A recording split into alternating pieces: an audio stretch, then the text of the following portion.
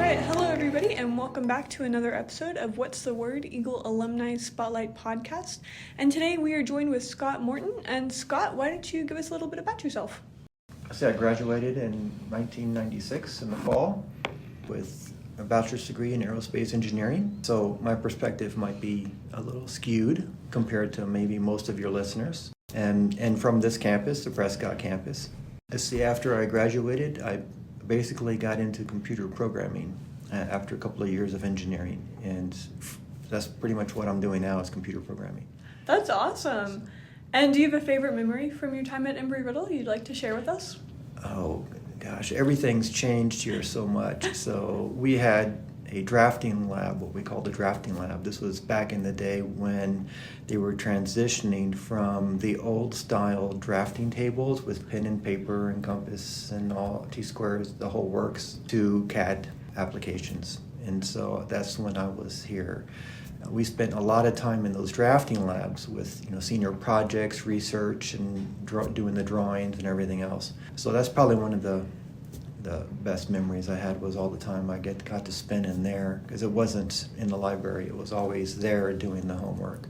Right. Oh, okay, so that was kind of like your library per se. Yeah, more or less. It was the cave. And then, so at your current job, you want to give us a little bit of information about that? Well, right now I support computer applications for the county, and I do computer programming, troubleshooting, add features, just about anything you can think. Even, minor desktop support. Someone has a question about Office or something along those lines. But mostly it's all computer programming. Oh, okay, wow. And I'm assuming a lot of coding goes into that? Yep, tons of coding. I guess a little background on that is after I graduated in 96, I got a job at NASA in Texas and went there for about 2 years and was part of the International Space Station program, helping, I guess, all the countries figure out how are we going to run this thing together, because it was a joint effort. And so that was part of my job. So we did that for a while. And then after about 2 years or so, I decided to go ahead and leave NASA and get into the airline industry. And I moved basically to Phoenix, Arizona, or Peoria.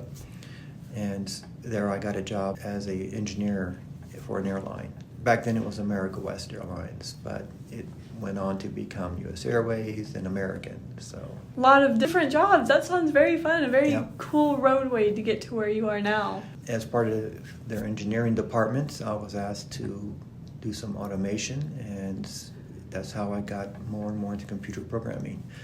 I actually had done some automation back at NASA, but it was just very minor, straightforward kind of stuff.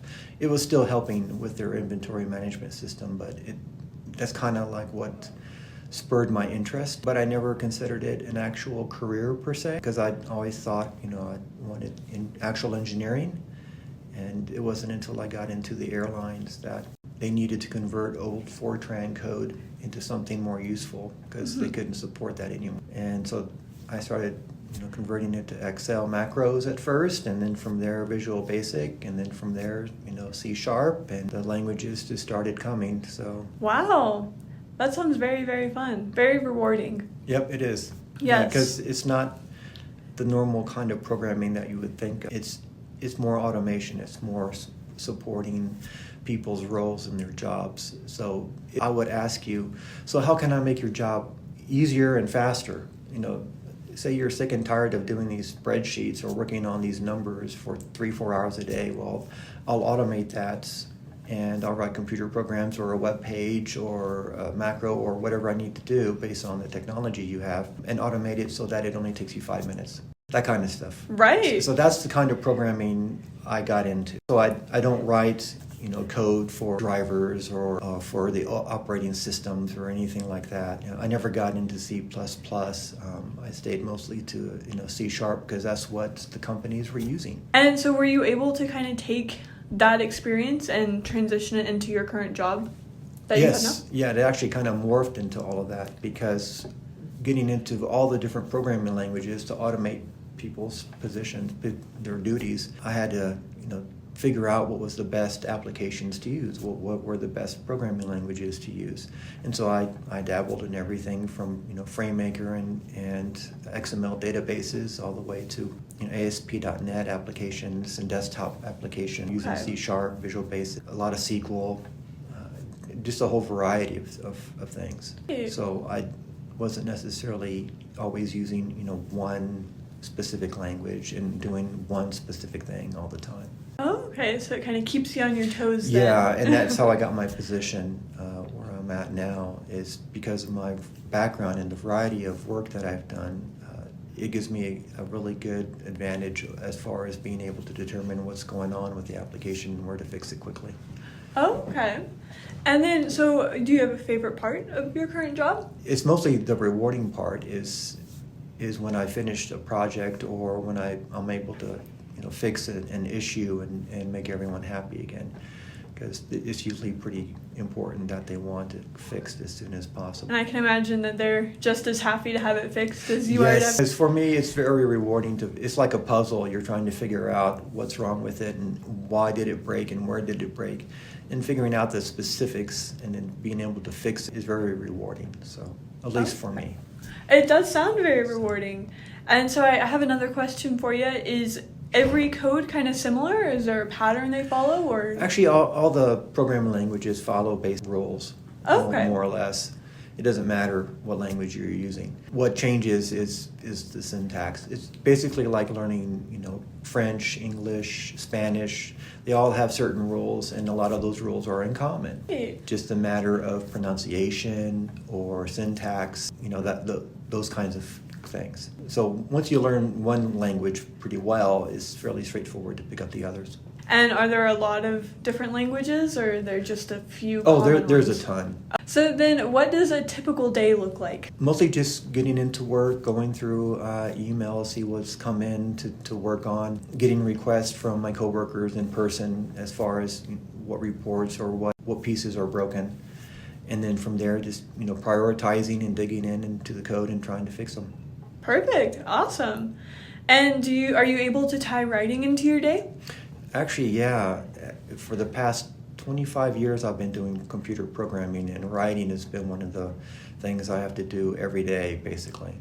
Because it's not computer code that I'm writing, it's mostly emails and communication back and forth between coworkers and management that has to be well structured, understood, and easy to read for them, and at the level in which they can understand it. So not everyone's going to understand the complexities of how you were able to fix a computer program. So you have to summarize that and be able to correspond that in a way that it makes sense for management. And then, so do you follow kind of a specific guideline for when you write emails, or does it be case to case? It mostly case to case, but in general, you always want to start with what is the main topic, an introduction, if that's where you're going for, and then from there you can get into the details.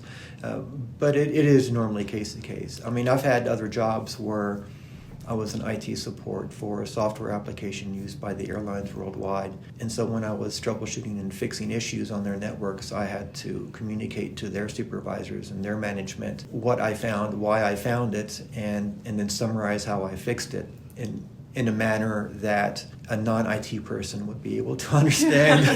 That's always a good thing, being able to make sure they understand it. So it takes some skill and practice to get to that point. Oh, I can imagine. And I'm sure you don't want to make the emails super, super long either. Correct. The long ones, you can save those for your coworkers or for your supervisors that understand the code. But for management above that, you need to summarize that and make it a lot more brief. So it kind of depends on which audience you're writing to and how you kind of formulate the email. Right. Yes. And I actually did have tech report writing with McElwain, who I think is probably retired now. We had to do very specific kind of tech reports because of the engineering degree that we were going for. So I don't know if it was quite exactly the same or not as to what you guys may be required to take now. But it was more of a technical paper because we were in the engineering. We would have to do experiments, and then we would have to write a paper on those experiments. And I mean, there were small experiments, relatively easy and straightforward, and you're like, you did an experiment on what? You'd have, no clue. It sounds totally off the wall. But it wasn't necessarily, the experiment that was the purpose. It was the writing that was the purpose. Right, getting that practice and Right. everything. And making sure everything was as detailed and as precise as possible. Oh, okay. The degree also required a lot of technical writing, mostly from the time you were a junior and senior, you started to get into a lot more writing, and so that's why it was a needed course. And so that leads me right into my next question. Have you noticed any similarities or big differences from your time at Embry-Riddle transitioning into the workplace? Not necessarily, no. I haven't. The same kind of writing I was doing back in college can be applied to what I'm doing now. Perhaps a little more generalized, not quite so specific, because that's going to be different for everyone, depending on what kind of job you get. I know people that are like project managers, and so the kind of technical writing that they do are going to be more on the management and presentation level. So, they'll be using a lot more Word, a lot more PowerPoint in those applications, to get their summaries. But if you're below that level, if you're more into the coding side or the technical side, then your writing may be a little more different. So you're just going to have to wait and see where you're at in 10 years, basically. So kind of taking what you learned and adapting it more so to fit your needs in your job. Right, but the course did give a really good perspective on the kind of writing that you could be expected to do. Right, okay. Okay, very good. And so is there anything you wish you would have known before you left Embry-Riddle, before going into the... Well, the reason I got into the aerospace engineering was because I was curious why everything worked. So I didn't necessarily have a plan afterwards, because I just wanted to know why.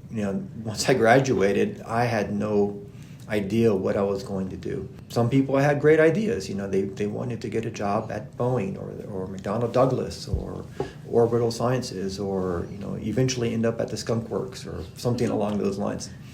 And I really had no direction after that. So I just was offered a position at NASA and decided to take that and kind of go from there. And over time, as I got into more and more programming, I realized, well, I could do the programming as well as the engineering, and I enjoy the programming more. So that's how I got into it. So it's really hard to say where your life's going to lead, and what your plans that you think you might have when you graduate may not ever look like what they end up to be. That's exciting, though. Very exciting. It is. If you have a goal, and then that's fantastic. You can work towards that goal. Just stay focused on it, and try to make decisions that support it. You may get there eventually. Some people get out of college and go for money, and others go for the job or the status. It just depends on the person and their personality and what they enjoy. Right. Oh, okay. Very cool.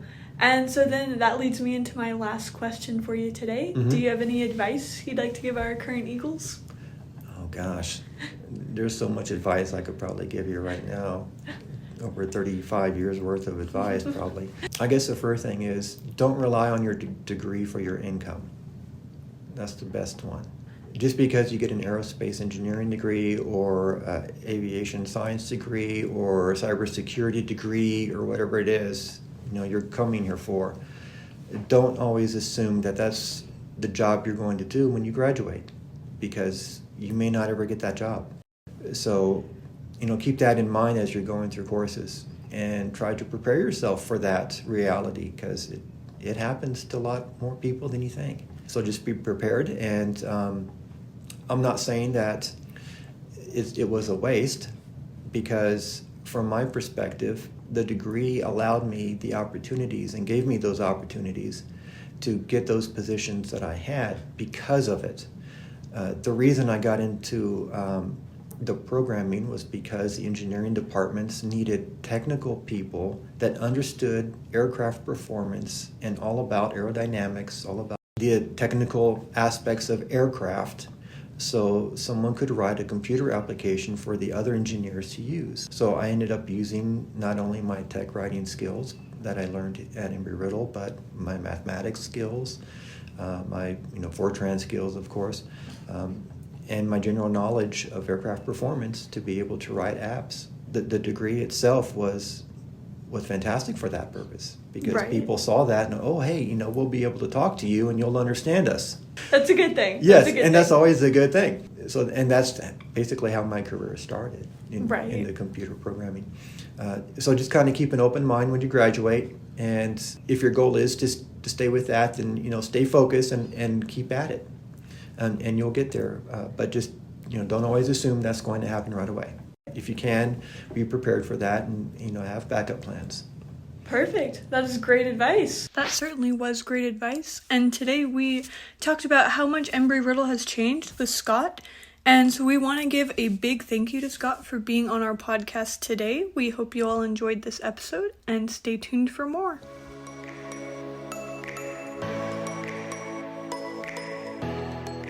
This podcast is supported by the Department of Humanities and Communication at Embry-Riddle Aeronautical University in Prescott, Arizona. Abby Bradbury is our host, Matthew Haslam is our department chair, and I'm Amelia Chesley, Assistant Professor of Professional Writing.